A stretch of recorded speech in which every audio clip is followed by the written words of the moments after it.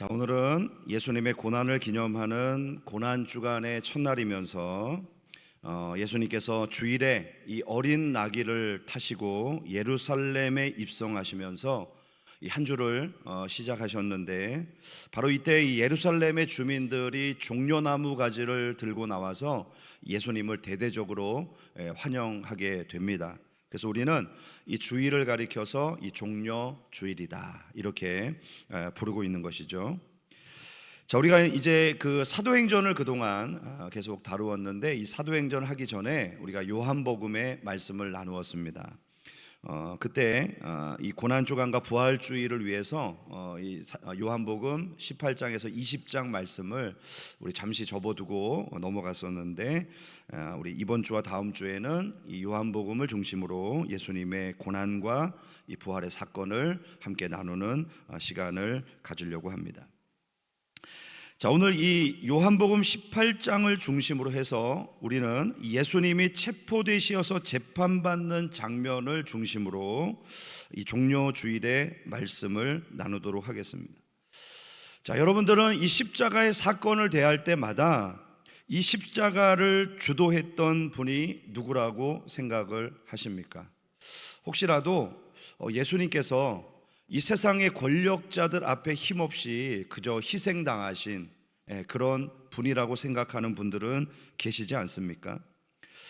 자, 오늘 본문의 말씀을 우리가 함께 살펴보면서 알 수 있는 것은 이 재판의 과정과 십자가의 모든 과정을 통해서 이 십자가 사건을 주도하시는 분이 예수님이라는 사실을 명확하게 볼 수 있습니다. 유대인들이 예수님을 십자가에 죽이는 일은 아주 복잡한 일이었습니다. 자, 예수님께서 이 겟세마네 동산에서 체포되셔서 잡혀가셨을 때 가장 먼저 끌려갔던 곳이 대제사장 안나스의 집이었습니다. 본래 이 안나스는 당시의 혈통에 따른 이 유대인의 제사장이었습니다. 그러니까 그 해에 이 대제사장의 직분을 받은 사람이었죠. 자, 그렇지만 당시에는 이 로마 정부가 인정하는 또 한 명의 제사장이 있었습니다. 바로 그 사람이 가야바라고 하는 사람입니다. 자, 그러니까 안나스는 유대인의 혈통을 따라서 세워진 종교적인 대제사장, 유대인들의 대제사장이었고요. 바로 가야바는 로마의 정부에 의해서 세워진 바로 정치적인 대제사장이었습니다. 근데 흥미로운 사실은요, 이 안나스와 가야바가 장인과 사위 관계라는 거예요. 그러니까 뭐 집안이 다 해먹고 있는 거죠, 사실은. 그러므로 이 두 사람은 한 통속일 수밖에 없습니다. 로마 정부에 의해서 세워졌던 이 사위 가야바는요, 이미 종교 지도자들 앞에서 이 국가의 안위를 위해서는 한 명이 죽어야 할 거다, 이런 이야기를 했는데 그 인물이 누구였을까요? 바로 예수님을 지칭했던 것입니다. 그러므로 예수님의 사형은 이미 내부적으로 결정된 사안이었습니다. 자, 그러나 백성들이 예수님을 안나스에게로 끌고 갔던 것은요, 이 안나스가 혈통에 따른 대제사장이었다고 했잖아요. 그러니까 유대인들의 입장에서 예수님의 사건을 종교적인 이슈로 만들 필요가 있었던 것이죠. 그리고 나서 바로 이 가야바가 다시 예수님을 신문했던 것은 이 가야바가 로마 정부의 인정을 받고 있었던 제사장이었기 때문에 그에 의해서 예수님이 로마 정부로 넘겨져야 했기 때문입니다. 자, 왜 이런 복잡한 절차를 거쳐야 했냐면 당시의 유대인들에게는 법정 최고형을 집행할 수 있는 권한이 없었기 때문이죠.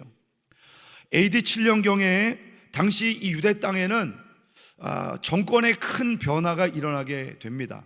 그 이전까지 이 유대 땅을 다스렸던 왕은 바로 헤롯 일가였습니다. 자, 그런데 그때 당시에 이 유대 분봉왕이었던 헤롯 아켈라오가요, 폐위를 당하면서 비엔나로 유배를 가고, 로마 정부는 당시에 이 로마의 집정관 중에 하나였던 카포니우스를 유대 왕으로 임명을 합니다. 자, 그가 유대 땅에 와서 이 땅을 다스리면서요, 가장 먼저 했던 일이 뭐냐면 산헤드린 공회, 유대의 최고 기구였던 이 국회를 권한 축소하는 일이었습니다. 그 중에 하나가 뭐죠?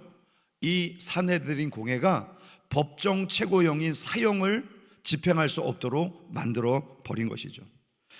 이처럼 법정의 최고형을 집행할 권리가 없었다는 것은요, 이들이 국가의 모든 치리권을 빼앗겼다는 것을 의미하는 것입니다. 그래서 예수님을 죽이기로 모의한 이 종교 지도자들은 당시에 마련된 이런 복잡한 절차에 따라서 예수님을 안나스에게 먼저 보내고 종교적인 이슈를 만들어서 가야바한테 보낸 다음에 로마 정부에 넘기기 위한 계획을 세웠던 것입니다. 자, 여하튼 이렇게 해서 가야바가 이 사건을 당시의 총독이었던 빌라도에게 넘기게 되죠. 그리고 이제 빌라도의 신문이 시작됩니다. 오늘 우리가 다루고 있는 요한복음 18장은 바로 이 빌라도의 신문을 다루고 있는데요, 이 빌라도가 신문을 하면서 예수님께 크게 세 가지 질문을 던지게 되는데요, 자, 이 질문은 빌라도의 질문이기도 하지만 오늘날 이 땅을 살아가고 있는 많은 인생들이 예수님께 던지고 있는 동일한 질문이기도 합니다. 자, 어떤 질문을 했나요? 첫 번째 질문은 내가 유대인의 왕이냐? 어쩌면 이것은 로마의 총독으로서 유대인들에 대해서 품고 있는 가소로움에서 나온 질문이었을 것입니다. 당시에 로마가 전 세계를 지배하고 유대 땅도 그 식민지 중에 하나인데 지금 그 땅을 지배하는 총독이잖아요. 그런데 어떤 청년이 갑자기 유대인의 왕이라고 튀어나와가지고 사람들이 이 사건을 달아달라고 지금 요청을 한 겁니다. 얼마나 그 30대 초반의 청년이 가소롭게 보였겠어요. 자, 그러나 이 질문에 대한 예수님의 답변은 분명했습니다. 우리 오늘 본문 36절을 볼까요? 예수께서 대답하시되 내 나라는 이 세상에 속한 것이 아니니라. 만일 내 나라가 이 세상에 속한 것이었다면 내 종들이 싸워 나로 유대인들에게 넘겨지지 않게 하였으리라. 이제 내 나라는 여기에 속한 것이 아니니라. 자, 우리는 예수님이 하셨던 이 말씀에 대한 분명한 인식을 가져야 합니다. 여러분, 우리가 세우고자 하는 나라는 이 땅에 있는 나라가 아닙니다. 그러므로 우리는 이 세상에 속한 가치관으로 일해서는 안 된다는 것이죠. 우리는 이 땅에 속한 것들을 얻기 위해서 여기에 모인 것이 결코 아닙니다. 여러분, 그렇다고 해서 우리가 이 땅에서 살아가는 삶, 추구하는 그런 가치들이 의미 없다는 말은 아니에요. 다만 이 세상의 것들이 우리의 영원한 집을 향해 가는 길에 잠시 필요한 도구들에 불과하다는 것을 늘 인식하며 살아가야 한다는 것이죠. 우리가 누리는 부와 영화, 그리고 또 우리가 때때로 당하게 되는 가난과 고통이 우리의 믿음과 축복을 가늠하는 척도가 아니라는 거예요. 이런 것들은요, 있을 수도 있고 없을 수도 있고 누릴 수도 있고 부족해서 아쉬울 수도 있는 거죠. 여러분, 이런 것을 알고 대처하는 것이 신앙의 성숙입니다. 여러분이 무슨 좋은 차를 타고 좋은 집에 있는 것이 내가 좋은 믿음을 가졌다는 것을 나타낼 수 있는 것이 아닙니다. 그리고 그런 부를 누리는 것이 죄도 아니에요. 반대로 나에게 원치 않는 고난이 찾아오고 삶에 가난이 온다 할지라도 죄인처럼 위축될 필요가 없다는 것이에요. 이게 내가 죄를 지어서 받는 고난이 아닌 거예요. 내 나라는 이 세상에 속한 것이 아니라는 이 예수님의 대답은 순간 빌라도를 당황하게 만들었습니다. 왜냐하면 빌라도가 지금까지 추구했던 것은요, 세상 나라를 세우기 위한 가치였거든요. 그 나라에서 높아지고 성공하기 위한 가치를 가지고 달려왔는데 예수님의 나라는 그런 나라가 아니래요. 예수님의 가치는 그런 가치와는 상관이 없다는 것입니다. 대부분의 사람들이 세상 나라를 세우기 위해서 삶을 살아갑니다. 그러나 예수님은 이 세상 나라가 아닌 다른 것에 대해서 말씀합니다. 자, 그러니까 빌라도가 당황할 수밖에 없는 거죠. 여러분은 예수님이 주신 말씀이나 그 가치관 때문에 당황해 보신 적이 있으신가요? 말씀을 듣는데 왠지 모르게 당혹스럽고 부담이 되고 찔리고 그런 적이 없으신가 말입니다. 우리 모두가 교회 안에서 그런 당황스러움을 경험하게 될 수 있기를 바랍니다. 그게요, 진정한 신앙의 고민이고 비로소 믿음의 길을 출발하게 되었다는 그런 증거이기 때문이죠. 자, 이 당황함에서 나온 빌라도의 두 번째 질문이 무엇이죠? 그러면 네가 무엇을 하였느냐? 당신의 나라가 하늘에 있는 것이라면 도대체 이 땅에서 무엇을 하였습니까? 무엇을 하였기에 이 유대 땅의 사람들이 그토록 당신을 미워하고 그토록 당신을 죽이기에 혈안이 되어 있는 것입니까? 이것이 빌라도가 가지고 있는 의아심이었어요. 예수님이 무엇을 하였는가? 이 질문은 비록 빌라도가 처음 던진 질문이 아니었습니다. 예수님이 빌라도에게 넘겨지기 전에 이 대제사장이었던 안나스가 같은 맥락의 질문을 하거든요. 예수님께 이런 질문을 했어요. 너의 교훈이 무엇이냐? 너가 뭘 가르쳤냐? 이렇게 물어본 것이죠. 그 질문에 대한 예수님의 대답은 요한복음 18장 20절과 21절에 나옵니다. 예수께서 대답하시되 내가 드러내놓고 세상에 말하였노라. 모든 유대인들이 모이는 회당과 성전에서 항상 가르쳤고 은밀하게 아무것도 말하지 아니하였거늘 어찌하여 내게 묻느냐? 내가 무슨 말을 하였는지 들은 자에게 물어보라. 그들이 내가 하던 말을 아느니라. 예수님은 언제나 공개적으로 행하셨고요, 공개적으로 가르치셨습니다. 혹여 예수님께서 제자들과 은밀한 가르침을 나누신 적은요, 공개적인 장소에서 말씀을 전했는데 제자들이 그것을 잘 이해를 못해요. 그러면 따로 데려다가 그 뜻을 해석하기 위해서 전해주신 것뿐이었습니다. 예수님은 제자들에게 절대로 로마 정부에 대한 체제 전복이나 반정부 운동을 하라고 권하신 적이 없습니다. 오히려 거듭거듭 그 공권력에 의해서 당신이 체포될 것과 채찍에 맞으실 것과 십자가에 죽음당하실 것을 말씀하셨죠. 다만 예수님의 관심은 언제나 고통받고 어려움 속에 있는 사람들을 치유하고 도와주는 일에 집중되었습니다. 그런데 그것도 그들이 이 땅에서 잘 먹고 잘 살기 위한 것이 아니라 저 영원한 하늘나라를 바라볼 수 있도록, 그 하나님 나라에서 영원한 복을 누릴 수 있도록 하기 위한 이유였던 것이죠. 예수님은 세상 나라의 왕이 아니라 우리가 머물게 될 저 영원한 나라, 하나님의 나라의 왕이 되시기 위해서 이 땅 가운데 오셨던 것입니다. 그리고 예수님은 이것을 가리켜서 변치 않는 진리라고 말씀하십니다. 37절입니다. 빌라도가 이르되 그러면 내가 왕이 아니냐? 예수께서 대답하시되 내 말과 같이 내가 왕이니라. 내가 이를 위하여 태어났으며 이를 위하여 세상에 왔나니 곧 진리에 대하여 증언하려 함이로라. 무릇 진리에 속한 자는 내 음성을 듣느니라 하신대. 그렇습니다. 이것이 바로 진리입니다. 자, 그렇다면 이 진리에 대한 우리의 반응이 어떠해야 되나요? 진리에 귀를 기울여야 되겠죠. 그 진리를 믿어야 되겠죠. 그 진리를 사모하고 그 진리를 지키기 위해서 전심전력해야 될 거 아니겠습니까? 여러분, 이 모든 일을 하는 자를 딱 한마디로 구도자라고 합니다. 구도자. 진리를 사모하고 그 진리를 지키려고 하고 그 진리 가운데 늘 자신을 비추어 보는 자, 구도자. 여러분이 구도자로서 진리에 대한 목마름을 가지고 그 진리를 사모하는 은혜가 있기를 주님의 이름으로 축복합니다. 이제 빌라도의 질문은요, 세 번째로 이어집니다. 그러면 진리가 무엇이냐? 여러분, 진리가 무엇인가요? 38절입니다. 빌라도가 이르되 진리가 무엇이냐 하더라. 이 말을 하고 다시 유대인들에게 나가서 이르되 나는 그에게서 아무 죄도 찾지 못하였노라.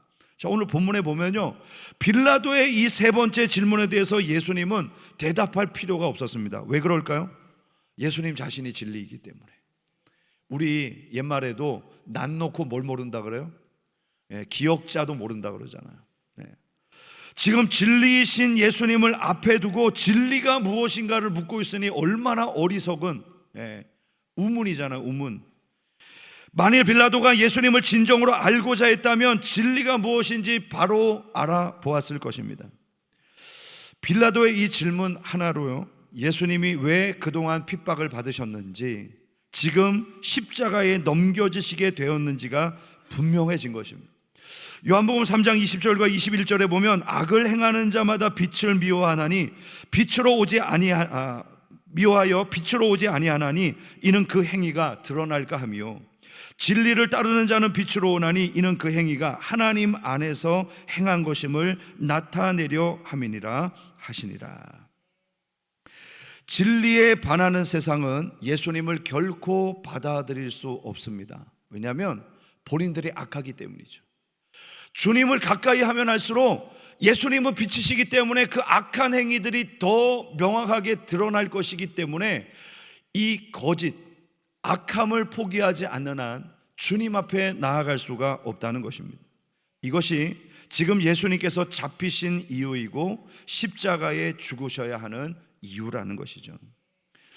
우리는 오늘 빌라도가 던지는 이 질문을 통해서 우리의 신앙이 무엇을 향해서 나가고 성장해야 될까를 알 수 있습니다. 처음에 빌라도는 예수님에 대해서 아주 냉소적인 태도로 질문합니다. 네가 유대인의 왕이냐? 여러분, 많은 사람들이 처음에 신앙생활을 하거나 구원 밖에 있을 때는요, 이런 냉소적인 태도를 가지고 주님을 대합니다. 나는 종교에 대해서 별로 관심이 없는데 예수님 정말 계십니까? 예수님 계시다면 정말 우리의 왕이신가요? 당신은 정말 우리를 부자로 만들어 줄 수 있습니까? 예수님 믿으면 행복해지고 병이 고쳐지고 성공할 수 있는 겁니까? 뭐 이런 질문들을 던지는 것입니다. 그러다가 신앙에 조금씩 눈이 띄어지게 되면요, 예수님의 나라가 이 땅에 속한 것이 아니라는 그 사실에 충격을 받게 됩니다. 자, 이것이 이 땅의 가치를 내려놓고 주님 나라의 가치를 받아들이는 계기가 되는 것이죠. 아, 내가 삶의 잘못된 방향을 설정했구나. 내가 이제는 우리 주님이 원하시는 저 영원한 가치를 향해서 가야 하겠구나. 이때 우리는 그렇다면 그 나라를 위해서 당신은 어떤 일을 하고 계십니까? 그리고 나는 어떤 일을 해야 되겠습니까? 한 단계 깊어지는 신앙의 질문을 갖게 되는 것입니다. 그러다가 이 질문이 더욱 깊어지면요, 진리가 무엇인가라는 질문으로 접어들게 되죠. 여러분에게 이런 질문이 있으신가요? 세상에서 시대와 상황에 따라 수시로 변하는 그런 진리가 아니라 모든 사람의 환경과 경험을 뛰어넘어서 절대의 진리가 될 수 있는 그 진리, 그것이 무엇인가? 세상에서 사람들이 다툼과 논쟁을 일삼는 그런 부족한 진리가 아니라 모든 시대와 지혜를 잠재울 수 있는 완전한 진리가 무엇인가? 라는 이 질문 말입니다. 오늘 이 시대는 개인주의와 상대주의의 가치관이 팽배해서요, 절대 진리를 인정하지 않는 시대가 되었습니다. 내가 가치 기준이에요. 내가 옳아요. 그래서요, 소통이 안 돼요. 내가 한번 옳다고 결정된 건 무슨 말을 해도 안 듣습니다. 저는 여러분에게 잡다한 인생사의 모든 관심을 내려놓고 절대의 진리이신 이 질문에 엄청난 큰 비중을 자리 잡기를 축복합니다. 그리고 그 말씀 앞에, 절대 진리이신 말씀 앞에 여러분들의 가치관을 복종할 수 있는 은혜가 있기를 축복합니다. 빌라도가 이 질문에, 진리에 대한 관심을 갖게 된 시점부터요, 그는 예수님을 죽이고자 혈안이 되어 있었던 유대인들로부터 예수님을 구명하려고 하는 미묘한 움직임을 갖게 됩니다. 그래서 예수님께 죄가 없다고 그가 앞서서 이야기하잖아요. 그리고 나서 이 유대인들을 향해서 예수님에 대한 명칭을, 동일한 명칭을 계속 쓰고 있습니다. 그게 뭐냐면 유대인의 왕이라고 하는 명칭입니다. 자, 요한복음 19장 14절과 15절 말씀을 보시죠. 이날은 유월절의 준비일이요 때는 제6시라. 빌라도가 유대인들에게 이르되 보라, 너희 왕이로다. 그들이 소리 지르되 없이 하소서, 없이 하소서. 그를 십자가에 못 박으소서. 빌라도가 이르되 내가 너희 왕을 십자가에 못 박으랴. 대제사장들이 대답하되 가이사 외에는 우리에게 왕이 없나이다 하니. 자, 오늘 유대인들이 외치고 주장하고 있는 이 말 속에 너무나도 중대한 모순, 아이러니가 있다는 사실을 여러분 발견하지 않습니까? 자, 그들은 과거에 예수님께서 너희가 진리를 알지니 진리가 너희를 자유롭게 할 것이다, 이런 말씀을 하셨을 때요, 야, 우리는 아브라함의 자손이야, 그 어느 누구에게도 종이 된 적이 없는데 우리한테 자유를 준다는 그 말이 뭐야? 이렇게 반박을 했습니다.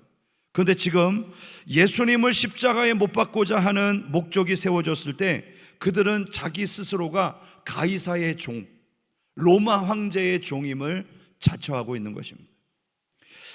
예수님의 말씀이 정말 진리지 않습니까? 그들이 진리를 발견하지 못했기 때문에 스스로 종이 되기를 원했던 것입니다. 여러분, 이 세상에는 진리를 알지 못했기 때문에 스스로 종이 되어버린 사람들이 너무나도 많습니다. 탐욕의 종이 되고, 사악한 거짓말의 종이 되고, 물질의 종이 되고, 비진리의 종이 되고, 사탄의 종이 되는 인생들 말입니다. 그들의 말을 들어보십시오. 그들은 우리에게 왕이 없나이다, 오직 왕은 가이사뿐입니다 라고 말을 했습니다. 무슨 말인가요? 그들의 왕은 더 이상 하나님이 아니라는 것입니다.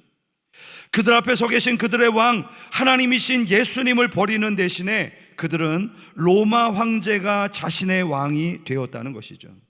여러분, 이것이 하나님께 대한 반역 아닌가요? 유대인들의 이와 같은 반역은 이곳에서만 처음 있었던 것이 아닙니다. 여러분, 사무엘의 때를 기억하시죠? 사무엘이 역사의 무대에 등장하기 전까지 이스라엘의 왕은 하나님이셨습니다. 소위 신정통치, 하나님이 그 백성을 다스리는 통치가 있었던 것이죠. 하나님은 위기의 때마다 그 기름 부으신 종들을 사사로 세워서 백성들을 다스려 주셨어요. 이게 사사시대 아닙니까? 자, 그런데 시간이 지나자 그들은 인간적인 장치를 원했습니다. 왜요? 하나님을 더 이상 믿고 신뢰할 수 없었기 때문입니다. 그래서 그들이 요구한 것이 무엇이죠? 인간 왕을 달라는 거예요. 눈에 보이는 왕, 우리를 보호해 줄 수 있는 왕, 우리를 대신해서 전쟁터에 나가서 싸워줄 수 있는 그런 왕을 세워달라는 요구를 합니다. 여러분, 사실 인간적으로 볼 때 이스라엘 백성들이 가장 위태로웠던 때가 언제인가요? 광야 시대 아닙니까? 광야 그 땅에서는요, 그들을 다스릴 왕이 없었습니다. 그들이 싸워줄 군대가 없었습니다. 농사 지을 땅도 없었고요, 무역을 할 만한 그 어떤 자산이 없었어요. 그런데도 중요한 건 광야 40년의 세월 동안 한 끼도 안 굶었어요. 제가 다시 한번 강조할게요. 한 끼도 안 굶었어요. 한 끼도.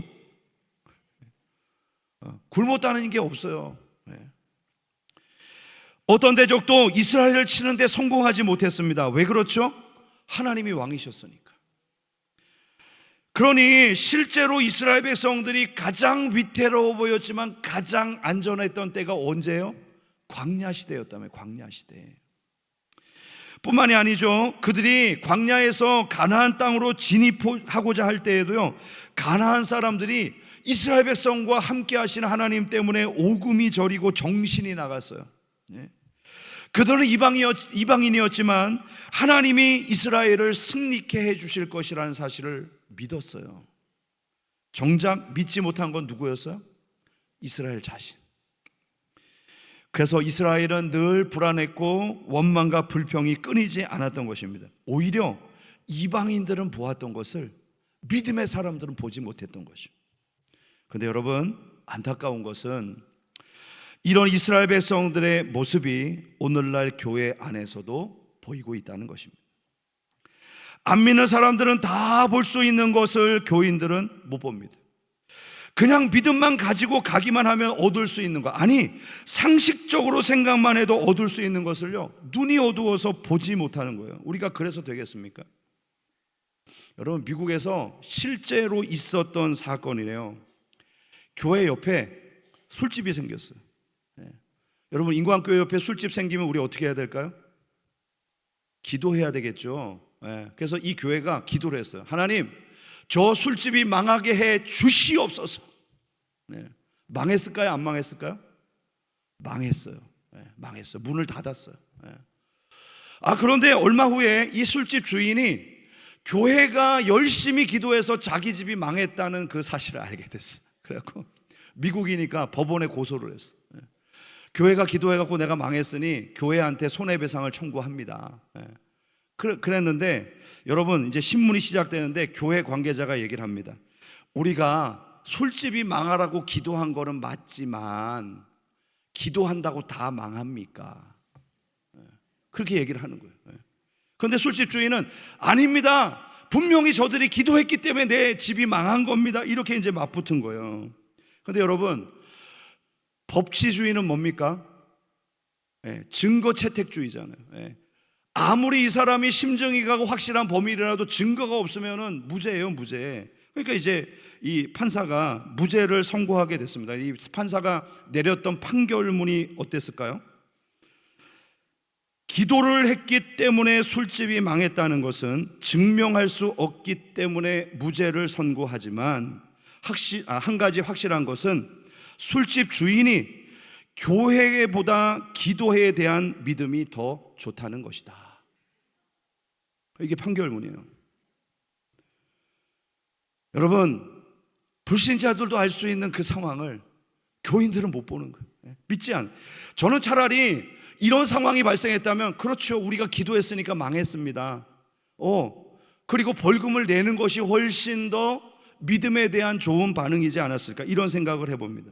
여러분, 다시 말씀드리지만 이스라엘의 역사 가운데 가장 행복하고 안정된 시대는 광야 시대였습니다. 하나님께서 직접 그들의 왕이 되셔서 역사하셨던 그 시대 말입니다. 그런데 그들은 가나안 땅에 정착하자 하나님이 다스리지 않는 나라를 향해 눈을 돌리게 된 거예요. 그리고 이방인들처럼 우리에게도 왕을 달라고 사무엘에게 요구합니다. 사무엘이 너무 속이 상했어요. 나를 더 이상 선지자로 인정하지 않는구나. 그래서 하나님 앞에 기도합니다. 그랬더니 하나님께서 그에게 응답하십니다. 사무엘아, 너 서운해할 거 없어. 이들이 버린 것은 너가 아니라 왕인 나다. 그러니까 그들이 원하는 대로 해줘라. 그래서 왕이 생기게 된 것이죠. 즉 이스라엘의 백성 조상들은 눈에 보이는 것을 얻으려고 눈에 보이지 않는 하나님을 버렸던 것입니다. 그런데 지금 예수님 시대의 그 후손들도 똑같은 일을 하고 있는 것이죠. 그들은 종교적인 기득권을 지키기 위해서 그들의 왕이신 하나님, 그리고 그 예수님을 버리고 로마 황제의 종이 되기를 자처하고 있는 것입니다. 오늘 종료주의를 맞이하며 여러분, 우리에게도 이 중대한 질문을 한번 던져봅시다. 과연 나의 왕은 누구신가? 우리 인광교회의 진짜 왕은 누구신가? 여러분, 이 질문의 명확한 답이 이 고난주간을 맞이하는 우리에게도 너무 중요하다고 생각합니다. 왜요?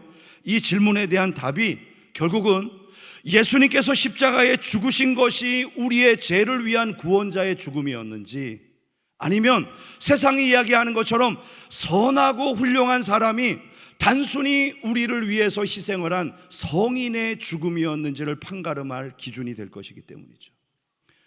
여러분에게 예수님은 구원자이신 왕이십니까? 아니면 좀 모범이 되고 남들보다 뛰어난 그런 성인 중에 한 분이십니까? 저는 우리의 삶에 예수님의 왕되심이 명확하게 드러날 수 있기를 축복합니다. 빌라도는 십자가 위에 나사렛 예수 유대인의 왕이라고 하는 제패를 써 붙였습니다. 유대인들이 이렇게 이야기합니다. 그가 왜 우리의 왕입니까? 자칭 유대인의 왕이라고 써 주십시오. 그랬더니 이 빌라도가 내가 쓸 것을 썼다, 이렇게 답했어요. 여러분, 우리는 적어도 빌라도에게서 이런 태도를 배워야 합니다. 세상은 인정하지 않지만 우리는 할 말을 하는 거죠. 여러분들은 왜 고난주간을 지내시나요? 예수님 십자가에 죽으셨다는데 그게 뭐 대단한가요? 예수님이 나의 왕이십니다. 그분이 나의 죄를 위해서 죽으셨기 때문입니다. 부활주일날 왜 그렇게 모여서 달걀을 까먹나요? 우리의 왕이신 주님께서 십자가에 죽으시고 구원하셔서 부활하신 날이기 때문입니다.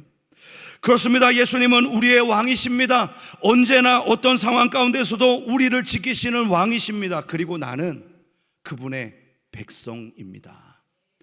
저와 여러분들에게 늘 변함없는 이 믿음의 고백이 항상 올려질 수 있기를, 이 고난주간에 더 선명하게 묵상하고 새겨질 수 있기를 주님의 이름으로 축원합니다.